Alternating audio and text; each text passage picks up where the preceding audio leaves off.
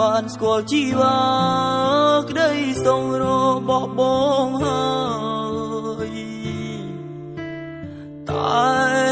រឿងមួយគឺអូនត្រូវទ្រាំនឹងមកស្រស់នោះល្អអូនត្រូវពី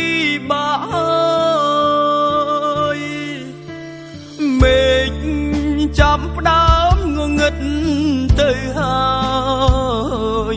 បានត្រានត្រោយរូបអូនស្រោចស្រង់រូបបងព្រោះតែបងជាប្រុសមិនល្អមិនស្មងសសម្រាប់មើលតែអូនបានបងគឺជាក្មេងស្ទាវមិនសាសមនឹងរូបអូនទេបងតែងឲ្យមានស្នេហ៍អូនយំរាល់ថ្ងៃបងដើរលេងដាច់ញ៉ាំហើយបងលួចតាក់ទងមានស្រីទុកអូនចោលរាល់ថ្ងៃគ្មានពេលណាស្បាយ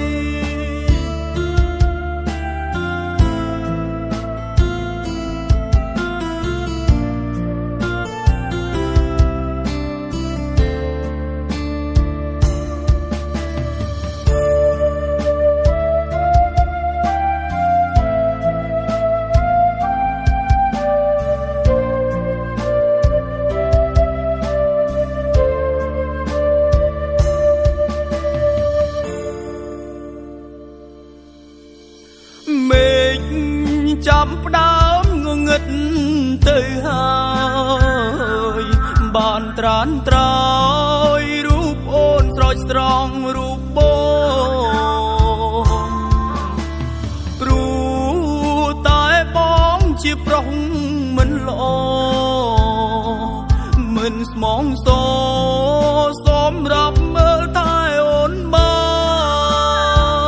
នបងគឺជាក្មេងស្ទាវមិនសាសមនឹងរូបអូនទេបងតែងឲ្យមានស្នេហ៍អូនយំរាល់ថ្ងៃបងដើរលេងដាច់ញ៉ាំហើយបងលួចតាក់ទងមានស្រី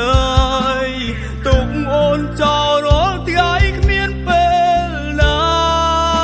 ស្បាយយោពីអ្នក fake sorry ឲ្យបងសុំតណាស្រស់ពីស្អីបងតែងតែឲ្យអូនយំរាល់ថ្ងៃពីព្រមអ្នកនេះ